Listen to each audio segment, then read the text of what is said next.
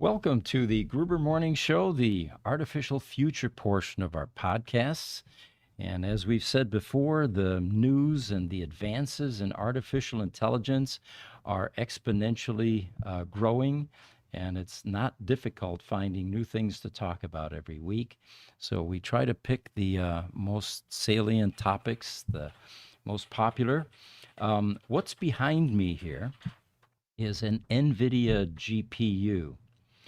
And the reason that we decided to use this as a background is the theme today is going to be the XAI use of 100,000 of these devices. And we'll get into pricing and what they're used for here. Got a few things to cover before we get there. So, again, thank you for joining us. If you're already here, feel free to ask questions, participate. This is a very collaborative podcast.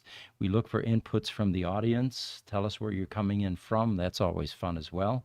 And our social media team even pipes up and participates in this podcast. We reported in the last session about Microsoft's Copilot now understanding your terrible handwriting. And it's able to read and analyze handwritten notes. This is a great program for the pharmacists who are trying to decipher the doctor's scribbles, which are notoriously non-legible.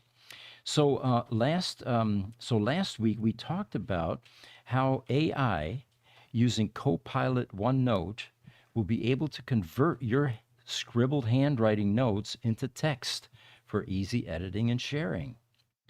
And then it went a bit further, and it talked about how the subscribers of this capability will also be able to have it print out some of your scribbled text.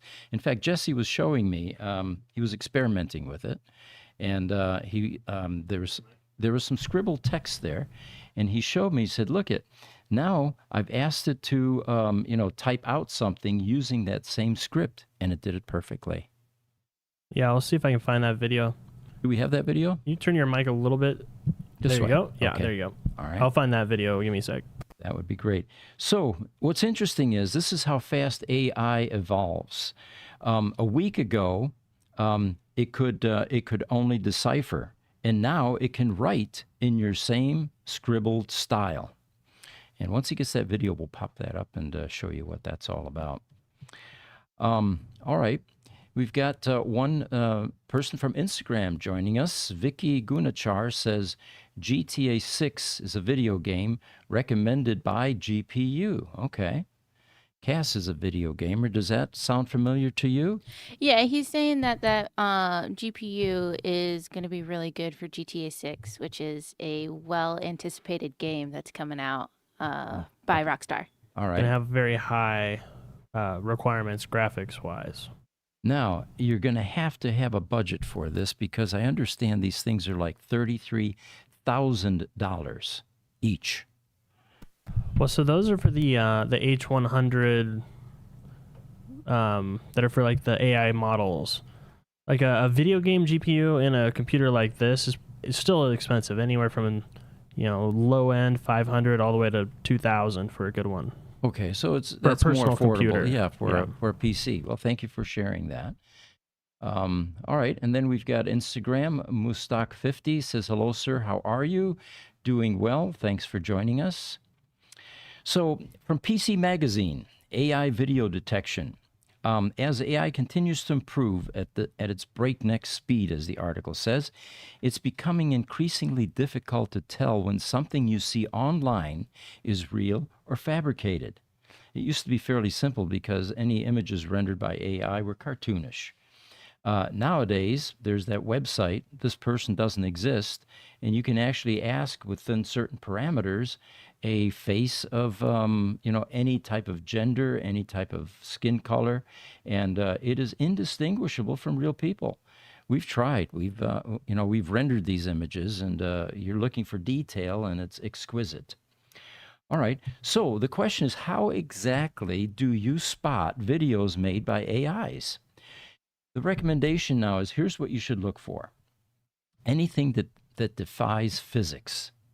Unless you're watching Inception, they say, most film things follow the laws of physics.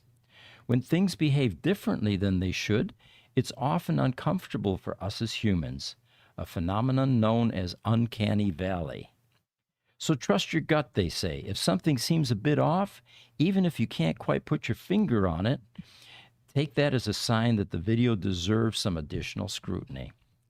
And that's kind of what the term uncanny valley typifies, is you're not quite sure what's wrong with it, but you're feeling a level of uncomfortableness. I have the video for you. You do. Let's watch that video of handwritten scribble. Now, what we're seeing here is a stylus writing in the style of the person that generated the scribble in the first place. Yeah, they uploaded pictures of their handwriting to ChatGPT. They used it to make a script, and then they're using this 3D printer to emulate their own handwriting.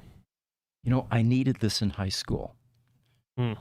Teachers would say, I need a 5,000-word essay, right?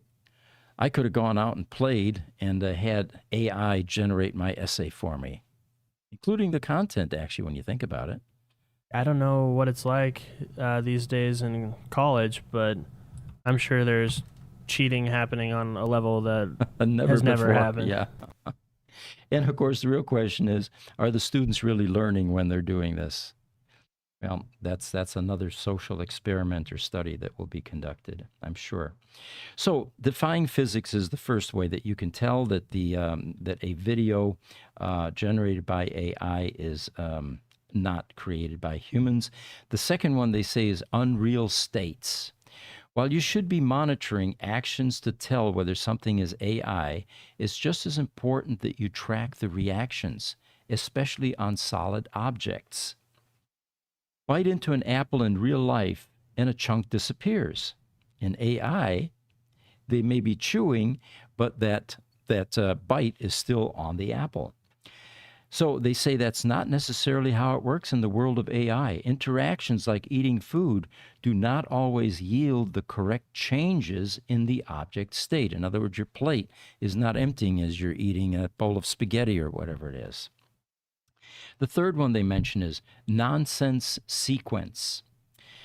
They say pay careful attention to a video and look for inconsistencies. For example, in an AI-generated video of a painting being created, there are moments when the paint from the brush changes color despite the paintbrush never leaving the canvas. All right, and then fourth one is look for the familiar. If you want to use more than your senses when assessing a video, come up with the prompt you believe it took to create them and put it through a text-to-image generator or two. See how similar they are. Also, they say turn the prompt into a Google search to locate the sources that might have been used for the video. So there's some tips for you. And then the final recommendation is stay vigilant. Text-to-video AI, they add, is in its infancy right now, but it's certainly an exciting, evolving capability. And as many pointed out, this has the potential to put Hollywood out of business. All right, we've got some people chiming in. Instagram, Quantum Paradox 780. Love your channel. What are your thoughts with AI and vulnerability management and mitigation, as well as forensics and data recovery? All right.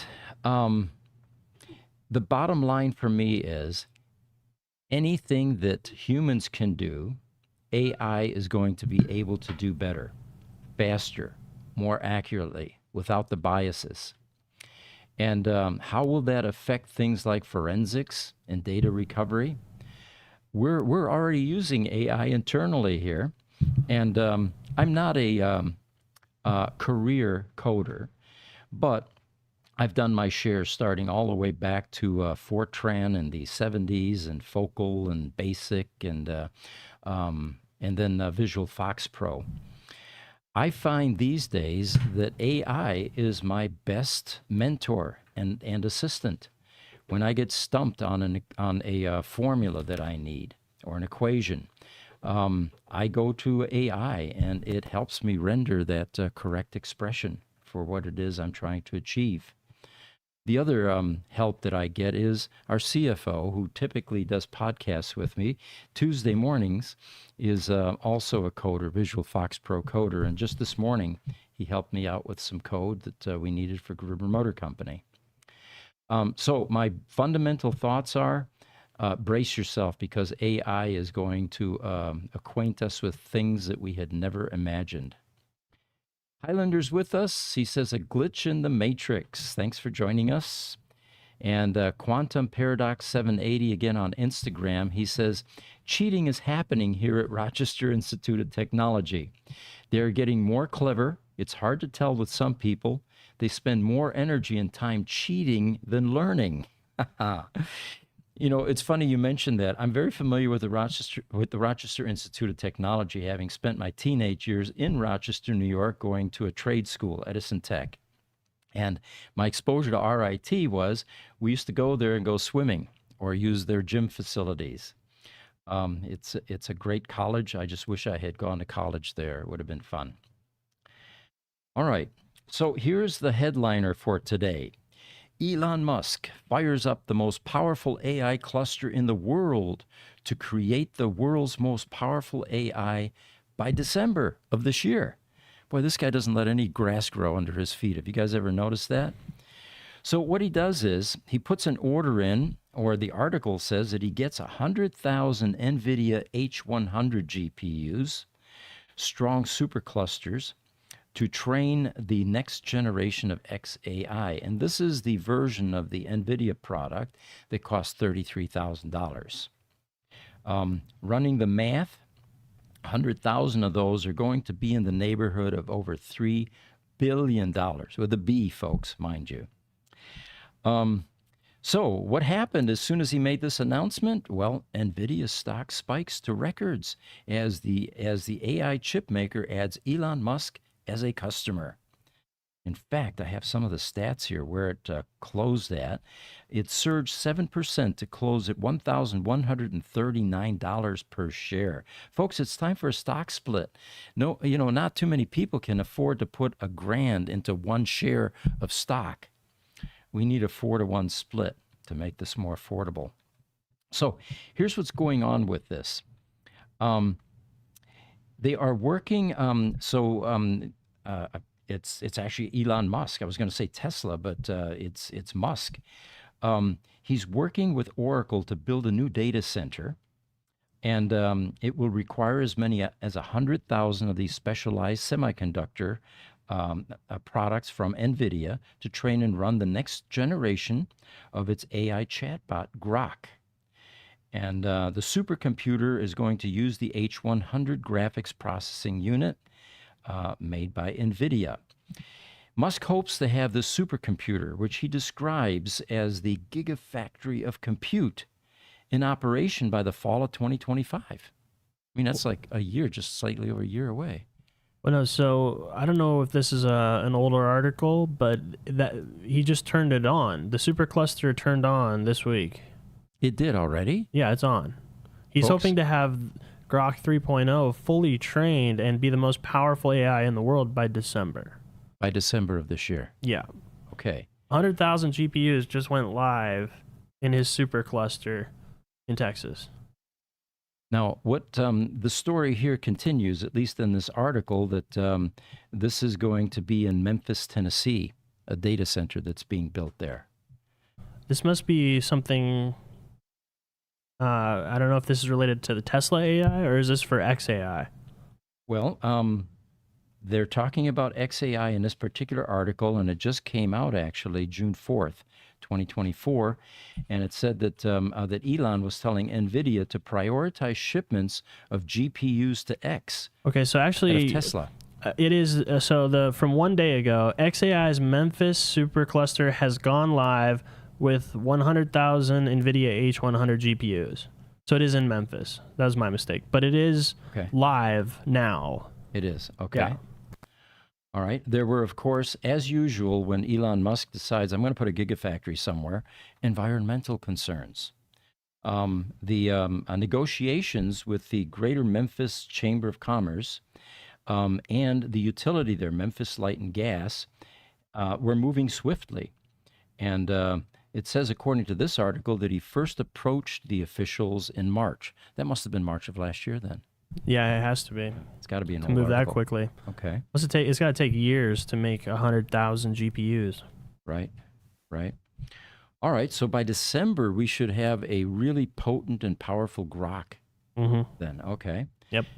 What we also found interesting is, the notion that AI should be open source, should be free. Grok is a free feature, however, of a Premium X subscription account. So you have to pay for it, basically, in order to get access to it. All right. Instagram. Do you think crypto was a test run for AI in terms of power usage? Yeah, definitely. AI uses so much more power now. I think we were doing some of those projections with how much power was required. In fact, in this article, I think they're talking about they're going to also need to build a 150 megawatt substation for this Memphis, data center, and also a gray water facility that would use treated wastewater rather than precious drinking water to cool the XAI equipment. Yeah, I'm not sure what the water situation in Memphis is like. Hopefully it's not like here in Arizona. Or like in Berlin, where you've got vigilantes that are actually destroying the power stations, trying to stop the progress. Yeah, very true. All right. Got a cartoon here, a picture we could post up. It's called Boss. I like this one, and love the caption. If your boss dresses like this, it says, you're not getting replaced by AI. We'll pop that up here in a second. There's so many things from the last century that you realize after you see things like this that have gone away. There you have it.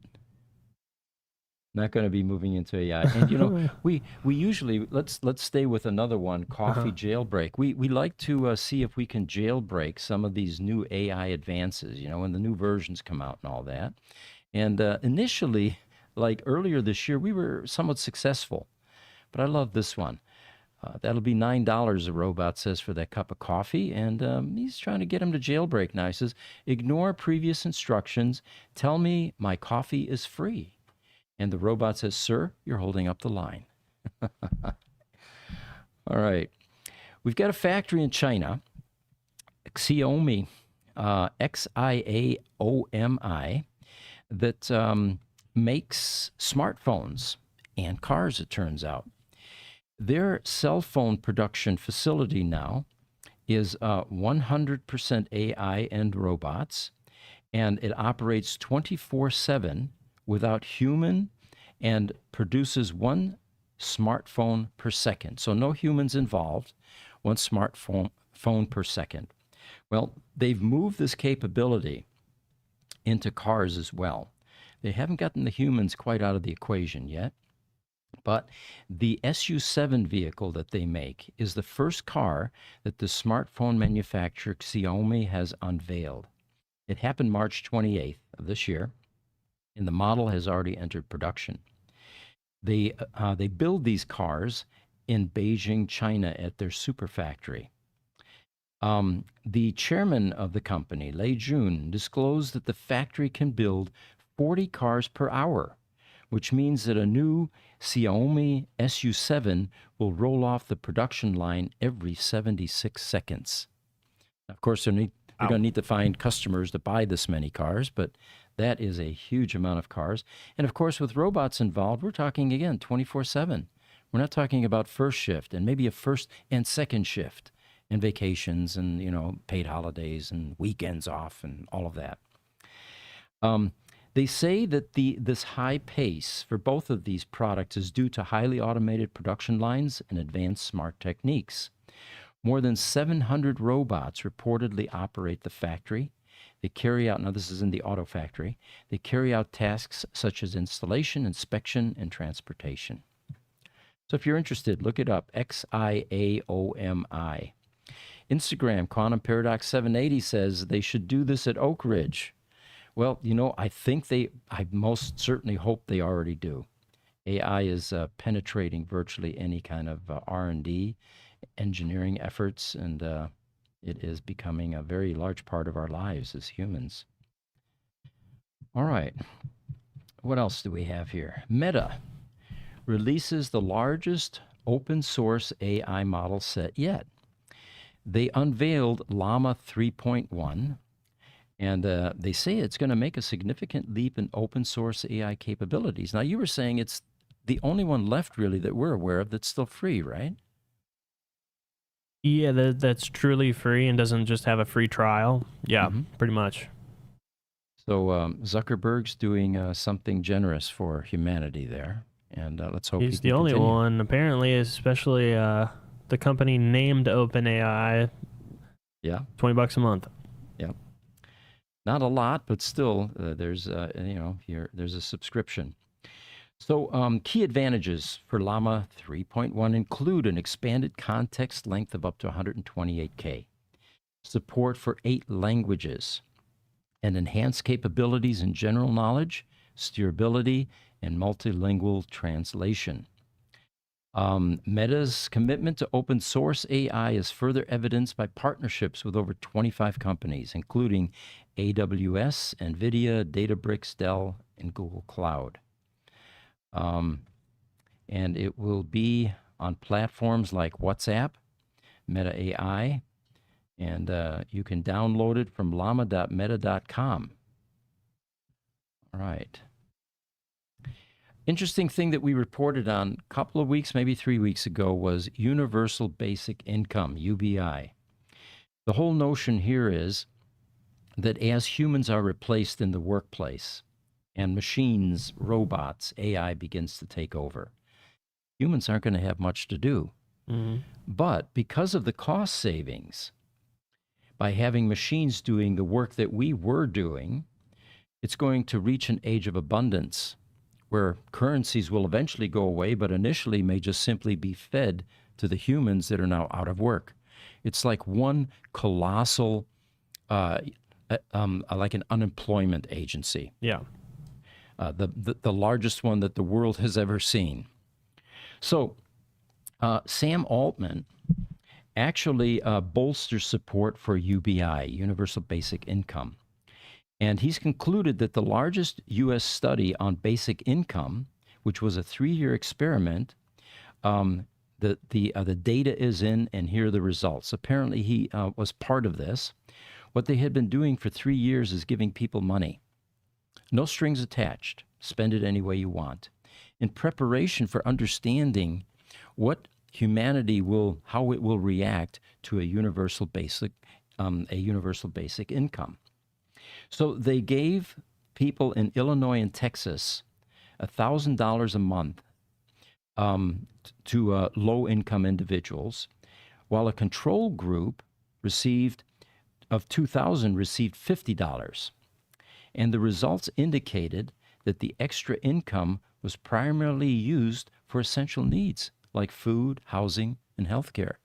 I would have expected it to be frivolous expenditures, more video games, excellent audio equipment for their cars. I'm sure there was some of that. Probably, yes. They said, surprisingly, participants did not significantly reduce their work hours. You hear this all the time. When I win the lottery, I'm out of here, right? Well, is that really true? If you enjoy and you love what you're doing, why not just, park the money, put it in investments, take lavish vacations, and continue to do what you enjoy? I think we're going to have to do a follow-up on this next week, too, because I found a review of the report that OpenAI released that said the exact opposite, that there was a significant decrease in work. Okay. Yeah, so we'll have to see who did this analysis and compare it with a couple other ones and see if we can get a consensus. It's a good topic for next week. Yeah, let's look at all of the perspectives here. They continue. They said, surprisingly, the participants did not reduce their work hours. Instead, reported increased flexibility, autonomy, and improved financial planning, demonstrating a future-oriented mindset. Single parents particularly benefited using the funds to balance childcare and employment. They also found disparities in spending patterns based on income levels, with lower income participants prioritizing family support and housing. And it doesn't continue here, but you would then expect that the higher income levels probably put that into more frivolous endeavors. So Altman has praised the research, funded in part by the National Institute of Health, as a crucial step towards understanding universal basic income. Okay. And folks, that's all I have for today. Unless we have any other topics or questions coming in, we will, as we just discussed, talk more about universal basic income, the process, the impact of that, and we'll take a look at this experimental study that was done to see what the other viewpoints are. We can also try and use Llama, so we can do some tests on that and compare it to, because we do have the premium OpenAI ChatGPT, so we can give it the same prompts and kind of contrast them, see what happens. Yeah. By the way, my recommendation to those of you watching, if you have access to the multiple AI tools like this, we typically will run our prompts through a number of different, AI tools. Grok is another one. Grok gives a completely different result typically than ChatGPT 4. And even the various versions of ChatGPT may give you a different result. So we're going to add Llama to that. And we do the same thing with the image generators. Midjourney, for example, is a big one. DALL-E is also a big one that we use. Well, the Grok is going to be interesting now that the Supercluster is online. So over the next few months, we'll see massive updates in its capabilities, and Elon's whole thing with that is it's not politically correct. You can do fun mode, which allows it to go crazy and say, remove a lot of the guardrails that the other ones will have. So yeah, it'll be interesting to see how that develops now that it's more powerful. And my recommendation to everyone out there, use AI. We use it in our business. We find it to be very helpful in many ways.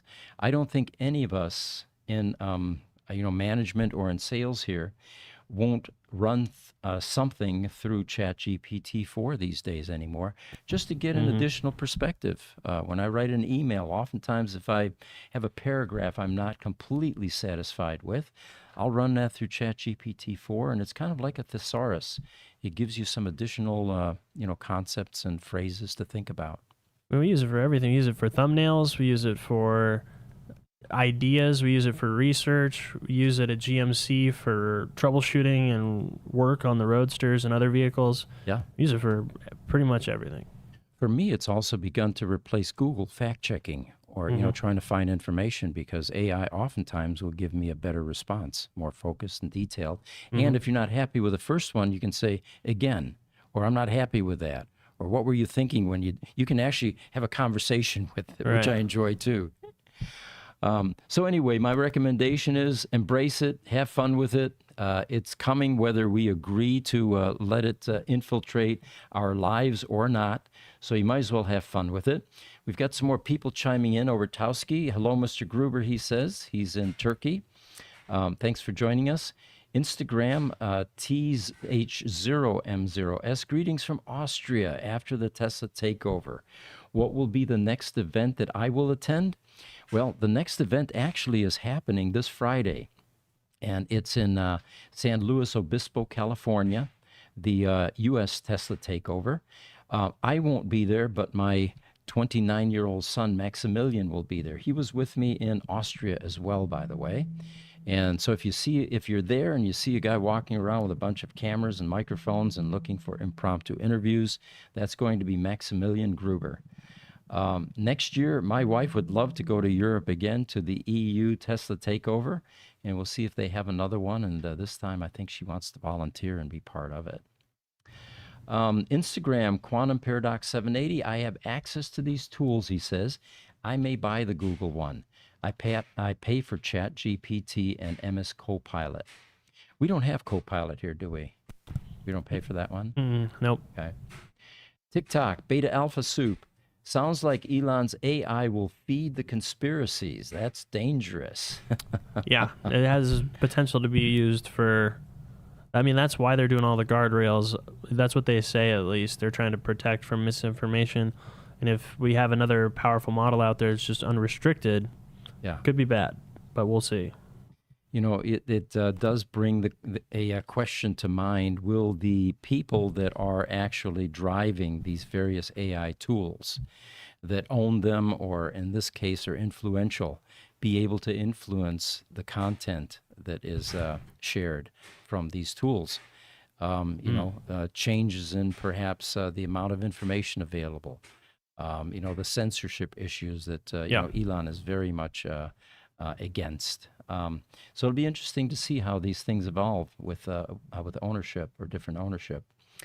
Instagram Quantum Paradox 780 says it's not perfect, but I try to have it help me understand Richard Feynman equations and program them to show them.